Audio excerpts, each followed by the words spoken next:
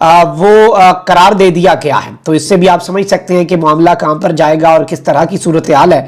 آلدو یہاں پر ایک بڑے استعفے کی بازگشت بھی چل رہی ہے اور استحکامی پاکستان پارٹی کے رہنما اون چودھری نے وزیر اعظم شہباز شریف کے معاون خصوصی کے عہدے سے استعفیٰ دینے کا فیصلہ کر لیا. یہ خبر ناظرین کرام میں نے کافی عرصہ پہلے آپ کے سامنے رکھی تھی کہ یہ آرڈر دیا گیا, لیکن اس کے باوجود انہوں نے نہیں کیا ایسا, کیونکہ اندر کھاتے یہ گیم کر رہے تھے اور انہوں نے نون لیگ کے ساتھ کوئی اتحاد کرنا تھا. 20-25 سیٹیں مانگی ہوئی ہیں, 5 سیٹوں کے اوپر نون لیگ جو ہے وہ ان کے ساتھ انتخابی اتحاد کے لیے تو تیار ہے, لیکن 25-30 سیٹیں تو نہیں. نون لیگ خود اپنے ہاتھوں سے انہیں سیٹیں دے دے اور پھر نون لیگ کو یہ ذہن میں ہے کہ بھائی انہی کے ذریعے ہم نہیں بلیک میل ہونا ہے. یہ تو نون لیگ کو ابھی بھی پتا ہے نا, یہی تو وہ کنگز میکر ہے بھائی, ان کا وزن اٹھا کے کسی اور کے پلڑے میں ڈال دیں گے ڈالنے والے.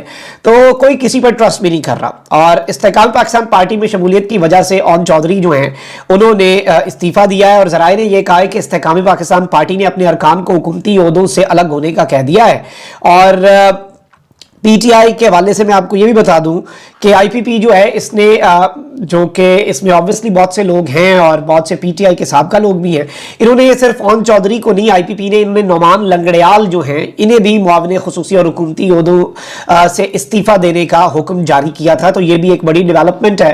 اور اب چونکہ معاملہ جو ہے عوام کو پاگل تو بنانا ہے نا, اب مطلب اب معاون خصوصی کے عہدے سے استعفیٰ دینے کا کیا فائدہ. اب صورتحال مطلب خدا کا خوف کریں, عوام کے اوپر رحم کریں اور کچھ تو آپ عقل کو ہاتھ ماریں. مطلب کہ کیا آپ اس ملک کے ساتھ کھلواڑ کرنا چاہتے ہیں, اس ملک کے ساتھ کیا صورتحال بنانا چاہتے ہیں اور کیا عوام کو پاگل. ابھی انہوں نے آپس میں بھی لڑنا ہے, ابھی Noon league, peoples party, J U I سب کے اپنے اپنے معاملات جو ہیں وہ عجیب و غریب ہو جانے. اچھا بھائی ناظرین کرام, اب ذرا آ جاتے ہیں مین معاملات کے اوپر. آپ کو پتا ہے کہ عمران خان صاحب کی سیاسی جماعت پاکستان تحریک انصاف کو ختم کرنے کے لیے ہر ممکن کوشش, ہر ممکن حربہ, کوئی ایسی چیز جو ابھی تک نہ کی گئی ہو. ایک عمران خان صاحب نے بات کی تھی جب وہ وزیر اعظم آفس سے جا رہے تھے کہ کوئی رہ تو نہیں گیا جو میرے خلاف نہ ہو, لیکن آج آپ یہ کہہ سکتے ہیں اور عمران خان صاحب یہ بات کہنے میں حق بجانب ہیں 200 کیسز کے ساتھ کہ کوئی ایسی چیز, کوئی ایسی دفعہ, کوئی ایسا الزام, کوئی ایسا جرم, کوئی ایسی ٹک چاہے لوگوں کو اٹھانا ہو, چاہے جو مرضی, جو ایک عجیب سا ملک کے اندر ماحول بنا دیا گیا ہے.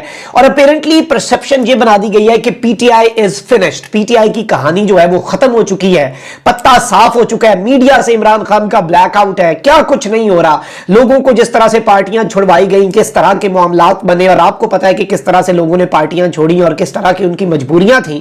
اب یہاں پر آپ یہ دیکھیں کہ جو گراف ہے نا وہ ایسے جا رہی تھی پی ٹی آئی کی فلائٹ. آلدو خان صاحب کا عزم, خان صاحب کا حوصلہ, خان صاحب کا جو ایک یقین ہے, جو ایمان, ان کا بلیف سسٹم, ویسے میں سمجھتا ہوں کہ حیران کن حد تک عمران خان کا جو بلیف سسٹم ہے میں سمجھتا ہوں آؤٹ آف دس ورلڈ. مطلب اس طرح کا یقین, اس طرح کا تحمل, اس طرح کا بندے کا ایمان ہو اپنی چیزوں میں, بہت ریئر ہے. This is very hard and very rare to find.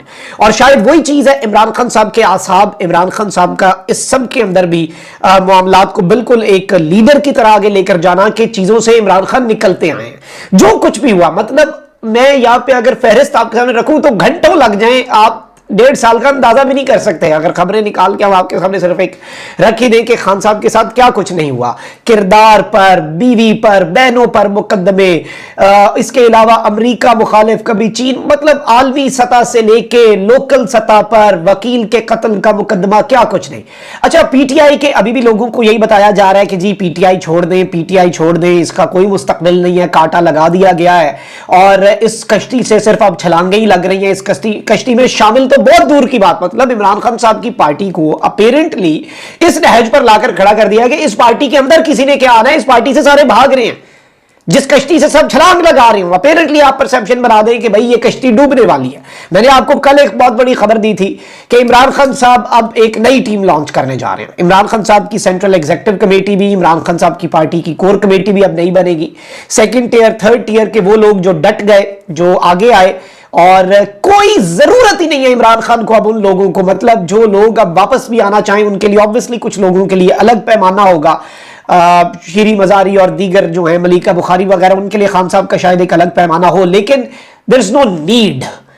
P T I survive کر رہی ہے, عمران خان سروائیو کر رہے ہیں. عمران خان کے سرپرائزز بھی اسی طرح سے آ رہے ہیں. آپ یہ دیکھیں کہ پی ٹی آئی نے جمعیت علماء اسلام جو ہے اس کی خیبر پختونخوا میں ایک بہت بڑی وکٹ گرائی ہے, اور یہ جو وکٹ گری ہے یہ بہت انپورٹنٹ ہے کیونکہ یہ ایک ایسے وقت پہ وکٹ گری ہے اور ایک ایسے وقت پہ پی ٹی آئی کے اندر ایک بڑی سیاسی طاقت جو ہے ان کی شمولیت ہوئی ہے جس وقت پہ نارملی یہ بات ہو رہی ہے کہ جی پی ٹی آئی جو ہے وہ ختم ہو چکی ہے. کوئی عمران خان تو بالکل بن چکا ہے کہ عمران خان اس سب کے اندر ایک ایسا سمبل بن چکا ہے. عمران خان ایک ایسی چیز ہے کہ بھئی اگر اس کا نام بھی لیا اس کے ساتھ لوگ خوف کے بت توڑتے جا رہے ہیں. آپ دیکھیں کہ چاہے وہ پرچم لہراؤ مہم ہو پھر اس کے بعد چاہے لوگوں کا وہ قرآن پاک کی بے حرمتی کے خلاف عمران خان کی کال پر جمعے کے دن احتجاج کے لیے باہر نکلنا ہو, اور اب یہ چیز کہ لوگ ابھی بھی پی ٹی آئی کے اندر شمولیت اختیار کر رہے ہیں. کل بھی اسی طرح سے ایک آئے اور انہوں نے ملاقات کی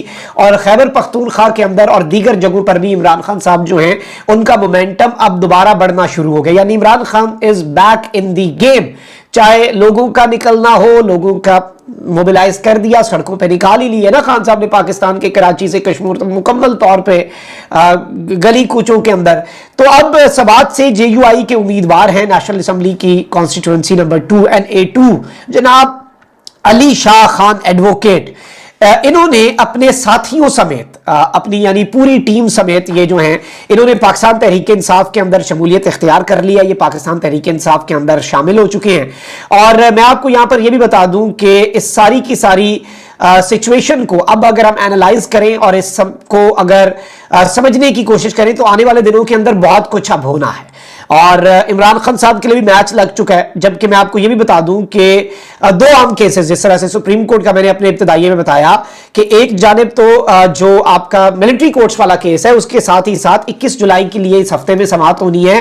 آئندہ ہفتے میں اہم case supreme court practice and procedure act کے خلاف درخواستیں جو ہیں وہ بھی مقرر کر دی گئی ہیں. تو نیکسٹ ویک جو ہے وہ بڑا امپورٹنٹ ہونے جا رہا ہے سپریم کورٹ آف پاکستان کے اسپیکٹ سے بھی, سپریم کورٹ آف پاکستان کے حوالے سے بھی.